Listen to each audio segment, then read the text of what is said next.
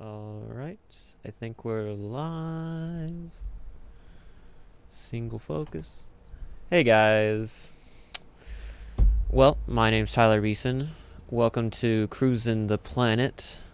Today is gonna be more of a lax day because well, it's cold outside. I think cold is an understatement. Cold. Dude, it's so cold outside. The ground is literally frozen. My car was completely covered in ice. But we're just here with y'all today. We're just gonna talk for a little bit and we're gonna get off. We just wanted to say hi. Give y'all a little bit of state of the planet. Seeing as things are, well, have been going downhill with the weather and all that kind of stuff. Though, I think according to next week it'll be like what, 70? For like one day, and then it drops back down to 50. Oh gosh. Still though, unnatural weather habits. Oh, for sure. Unnatural. But that's us. That's me. It's it. What's been going on in your life, Kelly?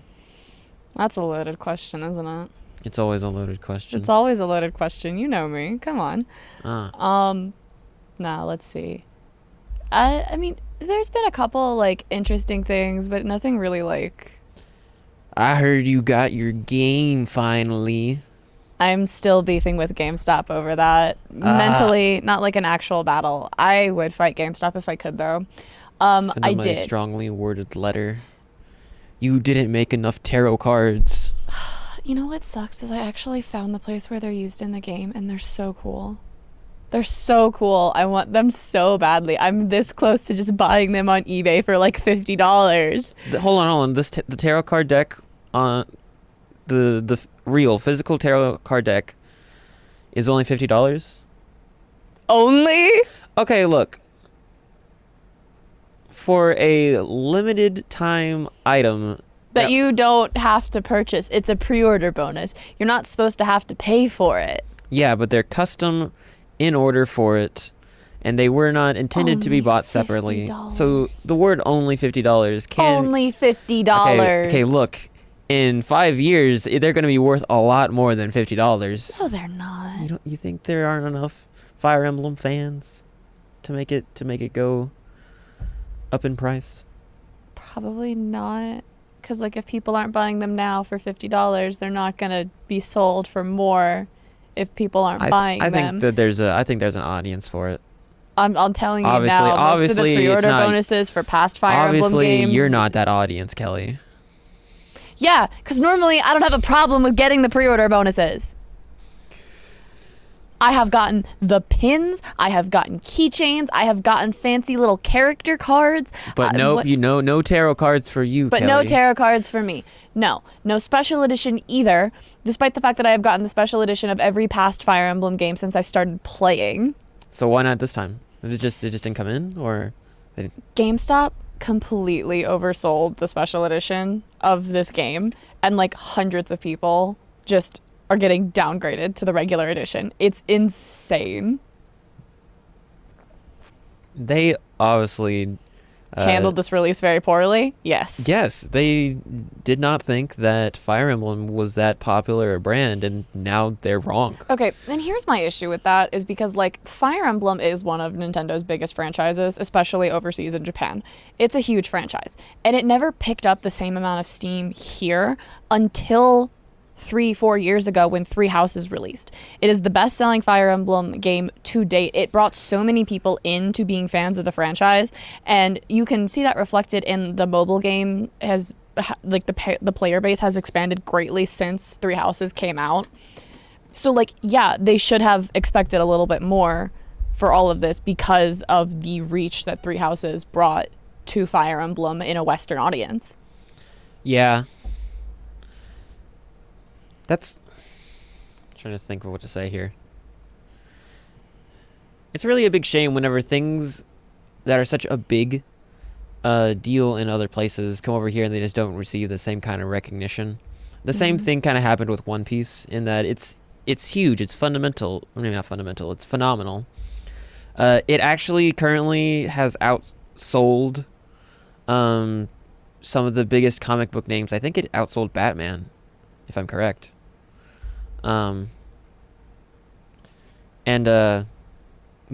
when it comes to Western and America, it was by far the least of the three, for its time being, like the big three. Yeah, out of the big three. Okay. For the, you need to specify that. Yeah, you're right. I should have said the big three. And for those that don't know, that's One Piece, Naruto, and Bleach. Yes, Bleach. I mean, that is who they are. I know. They're not my big three. Well, yeah, but that's a personal big three, and you can have that. But canonically, that's a real life thing. That's not. No, they are. If you look up the big three, yeah, I know it's an anime term. No, I know that. They and I are know the big three. I'm just making a joke about like that's not my big three because that was like a whole meme on TikTok for a while where it's just like no, this is the big three. It's not like what was it? Whatever. It was a whole meme on TikTok for a while, but no, canonically is not the right word to use when you're talking about real life. Okay, maybe not.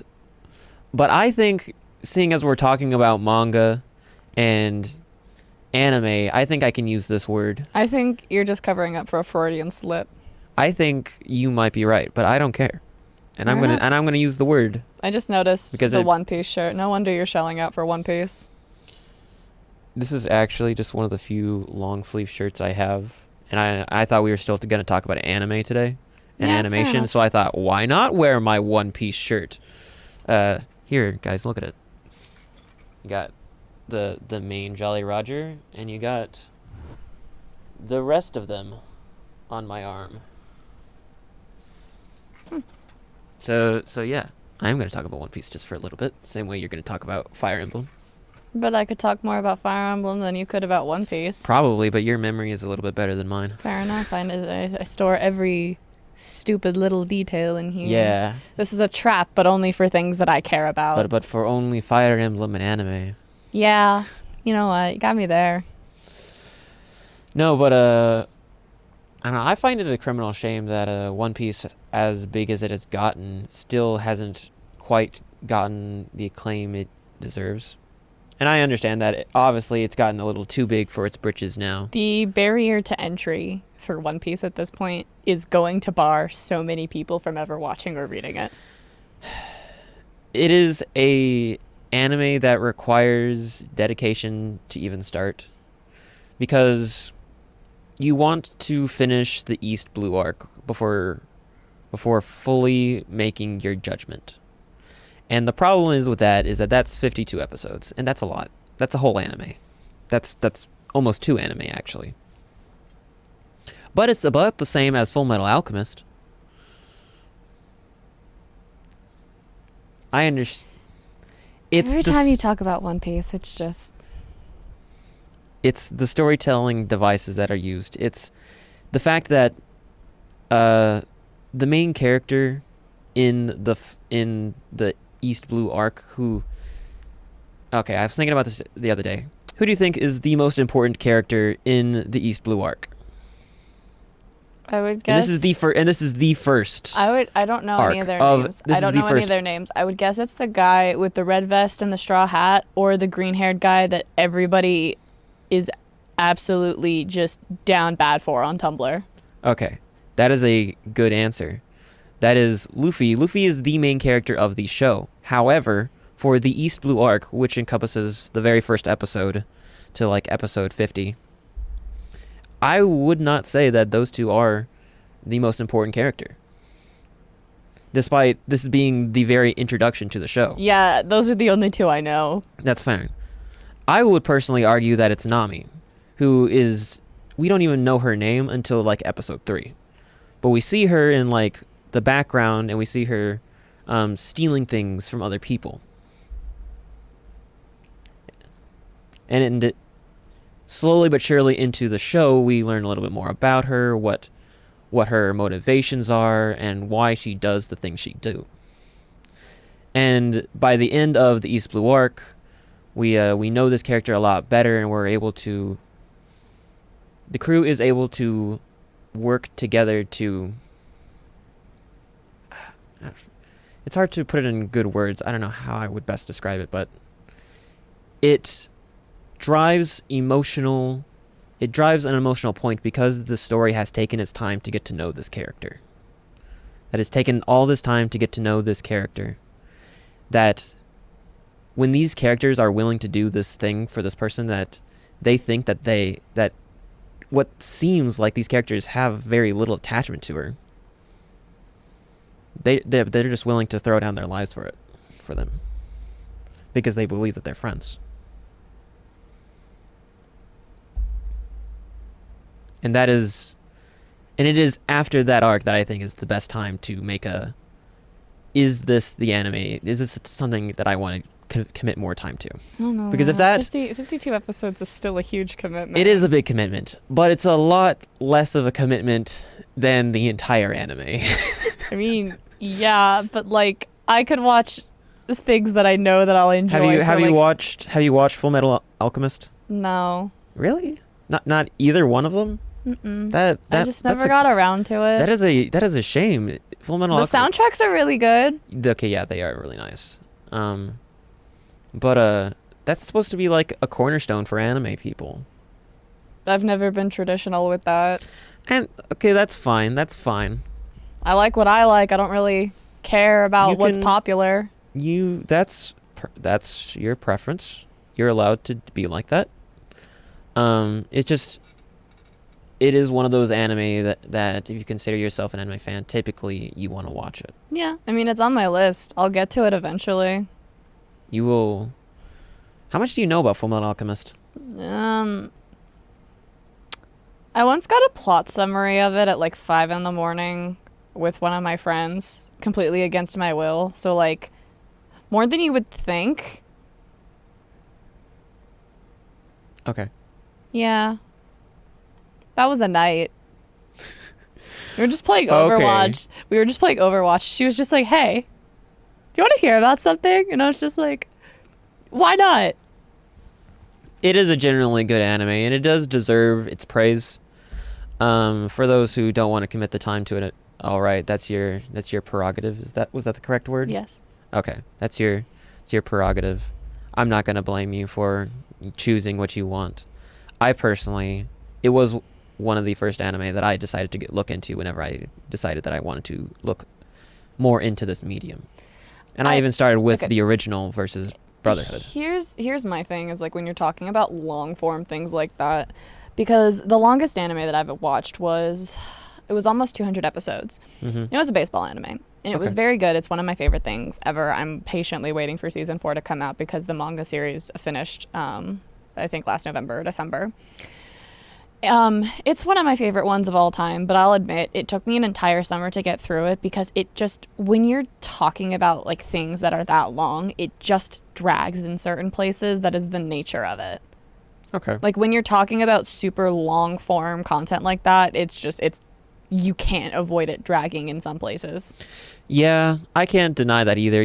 There are certain parts in One Piece, and I'm gonna say that I don't think Full Metal Alchemist does, but One Piece definitely does drag. Full Metal Alchemist is like a little bit of an exception to that because they were like Brotherhood was able to learn from the faults of the first one. Yeah, I personally can't say if the original does that because it's been so long since I've watched it, but I can definitely say that Brotherhood definitely doesn't, or I don't believe it does. Yeah, but like, just think about it in perspective like this: if a 170 something episode anime about baseball drags in a couple places where there's pretty consistent action happening all the time, how is a 1,000 plus episode anime not gonna drag? It's just, are you kidding me? It's definitely gonna drag. Yeah, and that's the issue I have. I prefer like. You prefer short form and all that kind of stuff. Not even that, because one of my favorite series is Bungo Stray Dogs, which is like super long running. Like the 4th season of it just started, but like 4th season. It's concise. That's long running. I mean, yeah, that's what I'm saying. Is not all of it's like short form. My favorite anime manga series ever is Haikyuu. That's 45 volumes of content right there. They just finished season 4. What is it? I think 2020. And they're coming out with the movies this year. So like, it's just. I just like stepped on the cord of those headphones and it like almost ripped it off my head. It's just one of those things. It's not even that. It's just shorter. Not like short. Like I'm not exclusively watching 12-episode animes. But just like shorter. The 12 and the 24s are the 24 episode seasons, and then the seasons take a couple of years to come out in between them, so that way you know their quality. yeah. That's my preferred thing. I'm looking at you, Jujutsu Kaisen. Yeah, that's a good one. I don't know. I think that certain stories are gonna, because I don't know if there's a good way to put this. For all its faults, and One Piece does have a lot of them, it does drag. I think it does a good job of not dragging a lot, especially not at the beginning. There are parts that do drag, but normally the payout is worth the wait. And for a story like One Piece, which does a lot of, hey, remember this thing that happened before? It's coming back later. It does a lot of that. So, like, if you ever watch something like Durarara or a certain scientific railgun, something like that. Yeah. One Piece does that in a very interesting way. It does its own kind of form fashion. Yeah. I'm also just like incredibly picky about the things that I do like watch and read. It's weird. It's a whole thing, but We all have our own tastes. I'm not gonna. I will say One Piece to me is kind of like Star Wars in the sense that I can be a very spiteful person, and there are some things that I will refuse to do out of spite. And Star Wars is one of those things, because every time you kind of make a mention where it's just like, oh, I don't know what that is, or oh, I've never seen it. Just like some really just like innocuous, like whatever. Most of the time people's reaction is going to be like, oh my God, you have to come over to my place. We'll binge all of them at once. And it makes me hate it. It does. And every time I get a reaction like that, when I mention that I've never watched Star Wars, it just adds another like... Star Wars and Lord of the Rings, right? No, I've seen Lord of the Rings. I like Lord of the Rings. Well, Lord of the Rings, but I just mean that like those two kind of go in the same vein of if you consider yourself a nerd and you haven't seen these movies, you're gonna watch these now. Yeah, I find Lord of the Rings people less like that, but like yeah, every time someone has that Lord kind of of the Rings reaction, is a bit longer, so I guess there's a bit more understanding. every time someone has that kind of reaction when I talk about Star Wars like that, it just adds on another like year that I'm just never gonna watch Star Wars. One Piece is very similar to me like that, because like I'll mention that I like manga or anime or something like that, and people are just like, oh my God, have you seen One Piece? And then like adamantly try to convince me to watch it and why it's the peak of like whatever, and I'm just like, okay, well that's another like... I'm not gonna say it's peak. What I am gonna say is that it does deserve its claim. It deserves its recognition, sure, Yeah. but like... It is what it is for a reason. It has very good storytelling. Yeah. And though some of it is definitely childlike, it has done a very well job of growing with its audience. That's good, at least. That's actually an admirable thing to do, like as an author or a mangaka. Yeah. Because like we got to remember that this show literally came out when I was born. That makes it... Yeah. That definitely makes it older than you. That makes it a little older than me. That's 24 years today. Oh, happy birthday, by the way. Thank you. But oh gosh, where was I? But so that's a big time difference from something that was intended for like young male audiences. That's like 10, I guess, to now this generation is 30.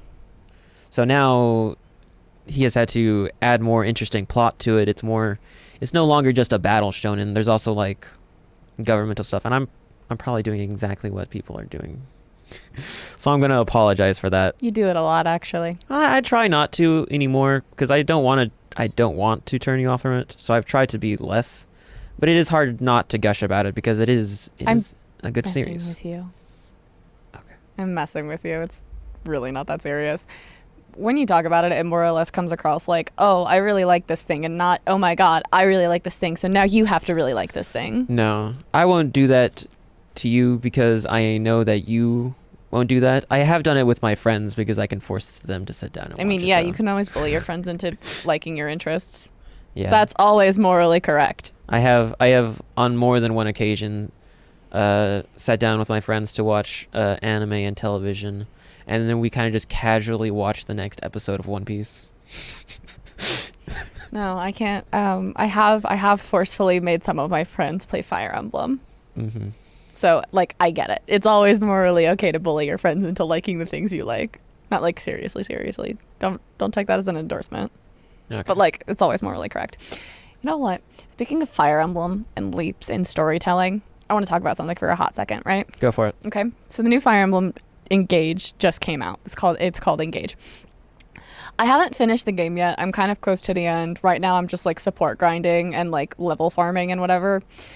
And there's a lot of pros and cons to the game itself. I have some very large criticisms of it, but there are a lot of aspects of it that I like as well. Yeah, there's always, you got to take the good and the bad. One thing I'm not sure I'm the biggest fan of is the leap in storytelling from the last mainline game to this one. So the last mainline Fire Emblem game that came out was Three Houses, which was admittedly a very divisive game because it was the first one released on the Switch other than Warriors, which is a spin-off title, and Tokyo Mirage Sessions, which was a crossover with Shin Megami Tensei. And that was a whole thing. Very good game, actually. You should play it. It's a whack game, but I'll it's look so into good. it. So it was the first one that came out on the Switch after the 3DS kind of got phased out and everything. And because of the popularity of the Switch, it brought in like a ton of players. And so you also had people who were completely new to the franchise as a whole playing this game. And it was a little bit different than a lot of the previous games, which is fine. It's a franchise. They're allowed to explore and kind of innovate in the thing, which they're doing the same kind of thing with Engage. They're still like innovating on the actual gameplay of it. And they've introduced some mechanics that I do very much enjoy in this game and others that I'm not the biggest fan of, but they add in settings to kind of like, they change the way you move around the map and whatever, but like you can go into your settings and change it back to classic, which I did almost immediately. I hit the cord again. I think it's stuck under my chair. I'm just gonna stop moving my foot. That hurt actually. Did you also hear that thing in your ear? Yeah. Oopsie. Sorry about that. I was like, what was that? So there's a lot of issues with it, but to basically explain one of the biggest things I don't like about Engage is one of the overarching topics of Fire Emblem, like as a franchise, is there's always going to be what's called divine dragons, which are dragons are called Manicheets. They live for hundreds of thousands of years. They're basically godlike beings. In almost every Fire Emblem game, you're going to end up fighting God. God is a dragon. It's a whole thing. It's a typical JRPG. Hey boys, let's save the village. Last chapter, let's fight God. It's a JRPG staple. It's anime in general. So you have like divine dragons, which is like what happens in the very first game, and then you have a lot of offshoots. So in the Binding and Blazing Blade, you have like demonic dragons and whatever. In a couple of the games, you have like a fell dragon, which are like the opposite of divine dragons, and that's like the focus of Engage. Is they're demon dragons? No, demon dragons are in 7 and 8. We're talking about fell dragons. Fell dragons. Yeah, they're basically like demon dragons.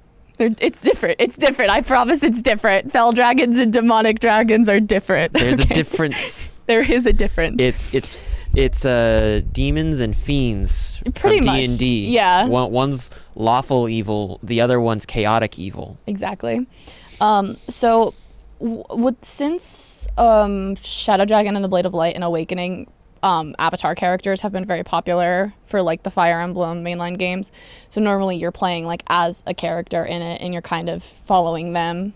Three Houses did it where you were making a lot of decisions. That one was kind of an outlier. A lot of the time it's just you're following around like and playing as this one character. And so for this one, the model is called Alear. You can name them anything different. You can pick a male or a female one. It's fine. Alear. I don't know. It's French, I think. And Alear is the child of the divine dragon monarch, Lumera, and it's a whole thing. So basically, everyone in the game goes around calling you like Divine One or like the Divine Dragon, and you're basically revered as a god by all of these characters. It's a whole thing. It's and there's this plot twist that happens, and everybody's still just like, oh, divine one, I couldn't care because it's you. They're literally, they worship you like a deity. It's not my favorite, especially because I actually like what Three Houses did with its story, which had a very overarching thing as like a critique of religions and cults as a whole. Because at the center of the conflict in Three Houses, you have the Church of Saros. And one of the countries, because there's 3 countries on the continent and whatever, Yeah. one of them wages war on the church because they know the truth of like what the church is hiding in the history of the continent. And it's a whole thing. It's really dark, and I actually don't Yeah. want to spoil it because it's a very good game. That god is a dragon. Goddess was a dragon. That too. The goddess Sothis. It's a whole thing. And so they wage war on it, and you're playing as a professor who was at the school that the church was like hosting at the center of the continent or whatever. And there's 3 countries, there's 3 lords, and 3 characters you have to choose between. You have to choose one of the countries, and it takes you on a split. There's 4 paths. You can either side with one country, the second, the one that's waging war, or you can side with the church itself. And it's a whole thing. But basically, the avatar that you're playing as is the vessel for the goddess of the, the divine dragon. You are the vessel for this goddess. You essentially, she talks to you in your head. You have all of her power. It's a whole thing. So how does... Well, apologies that I have lost the topic that we were discussing. But this is something that's different about this game than the previous game? Yes, it's a very different take on what's happening than like the rest of the franchise. There's a couple different things. Like in Awakening, you play as Robin, who gets possessed by the Fell Dragon. Okay. And that's a whole thing. The divine dragon of that world, Naga, sends Lucina, who is like, one of the big faces of the franchise, back in time to stop everything from happening. Corinne in Fates is like the child of a demonic dragon. I think Anakos is a demonic dragon. He is some sort of dragon. He goes crazy. Corinne is his child. That's a whole thing. Cool.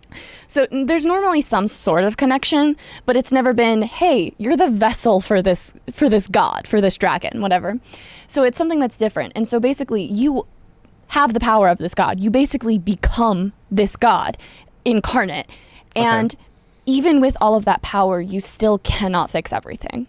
You cannot unite everyone. You cannot solve the conflict other than by fighting and hurting someone in the process. It's a little harrowing, to be honest. It's got a lot of intricate aspects of the critiques of this religion and of how a god's power is not all-encompassing. And then the next mainline title directly is like, oh, you're the divine dragon. You are a god. You can unite everyone no matter what. It just takes all of that, like, not niche. What is the word I'm thinking of? Nuanced. It takes all of the nuanced kind of aspects of Three Houses and its critique on godhood and throws it completely out the window. Where the original game that you were talking about is more about having all this power and still not being able to accomplish the things you want with it. Yeah. This new one goes ahead and tells you that you can do whatever you want. You are this thing. You are the high and mighty, and you can have whatever you want with it, and with no consequences. Yeah, pretty much. Which is a big slap in the face for people that really enjoy the intricate storytelling of something. And I'll be the first to admit, Three Houses was not perfect, and it had a lot of issues with its writing. But the nuances of that aspect of it specifically were good, and it just feels like taking one step forward, 5 steps back, going from Three Houses to Engage. Despite the fact that I do like Engage's gameplay so much more than Three Houses. It's actually like a really fun game to play. I'm like 50 hours in. And we're talking about the new one, right? Yeah. It's not my favorite Fire Emblem, not by a long shot, and maybe that'll change when I play the final chapter and like finish out the game or whatever. But it's good. I like it. I don't dislike the game. I have a lot of critiques on it, but like I'm happy that I bought it. I'm having fun playing it, and like that's what matters, right? I do agree. Fun and joy is kind of the point of these mediums that we've been talking about. If you're not enjoying it, why are you spending time on it? Yeah. But it's nice to have those extra story bits. Like, it's nice to have good writing in your medium that helps enhance your experience. Yeah. There you go. That's a correct line of words to explain what we're talking about. Yeah.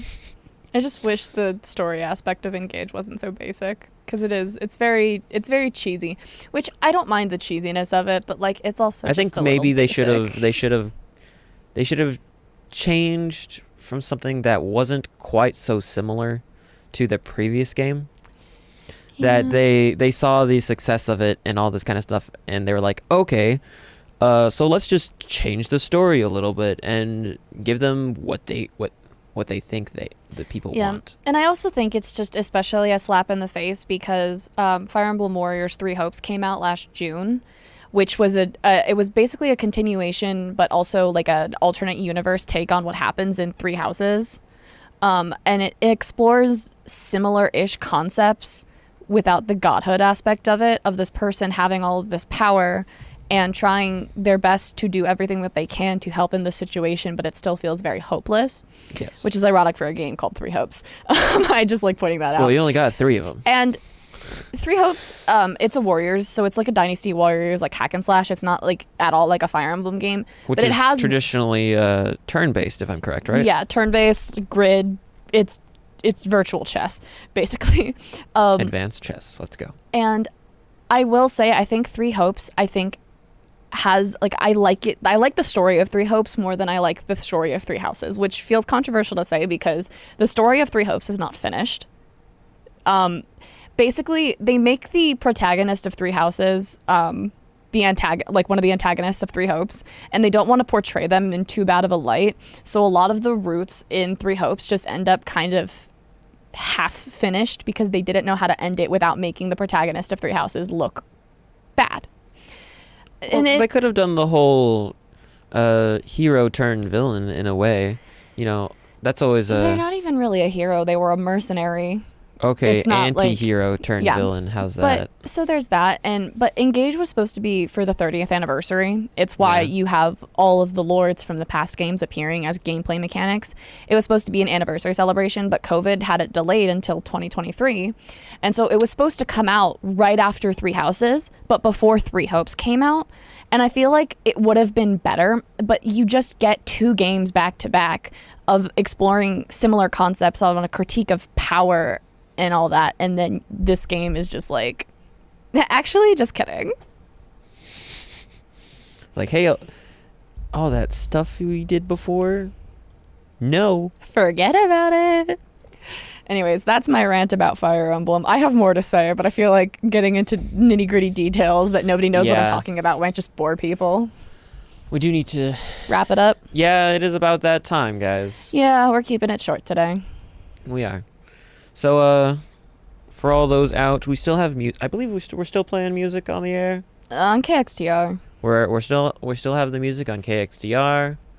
If you have DJ training and you're watching, which you probably aren't, training will probably be on hold until Monday. Yeah. But want to thank y'all for showing up today for this shorter stream than normal. Just Kelly and I. Random might not actually be here next week. It might just be me next week. It might just be. In which case, you're all subjected to only Fire Emblem for a straight hour. Oh no, we're gonna have to just not be here for that. But anyways, thank y'all for showing up for today, and appreciate y'all being here and listening to our state of the planet, and ramblings of why doesn't anime and games have better audiences in Western civilization. Maybe if the merchandise was easier to acquire and you didn't have to pay $30 shipping for one item. Yeah, maybe. All right, guys. Don't judge We'll me see too y'all hard. next week, hopefully. And thank y'all for your time. Bye. We don't have music today, unfortunately, so we're just gonna end it here. If I knew how to hum the song, I would. I think What it'd be is it really like? funny if I did that. Do. That's the wrong song. All right, bye.